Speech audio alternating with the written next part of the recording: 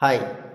Fat loss, weight loss దానికి ఒక చిన్న డిఫరెన్స్ ఉందండి. చాలా చాలా ఇంపార్టెంట్. ఈ విషయం చాలామంది అసలు నోటీస్ చేయరు.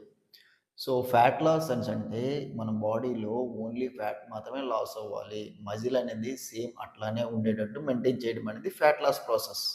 అట్లా కాకుండా వెయిట్ లాస్ అంటే ఏం చేస్తారు?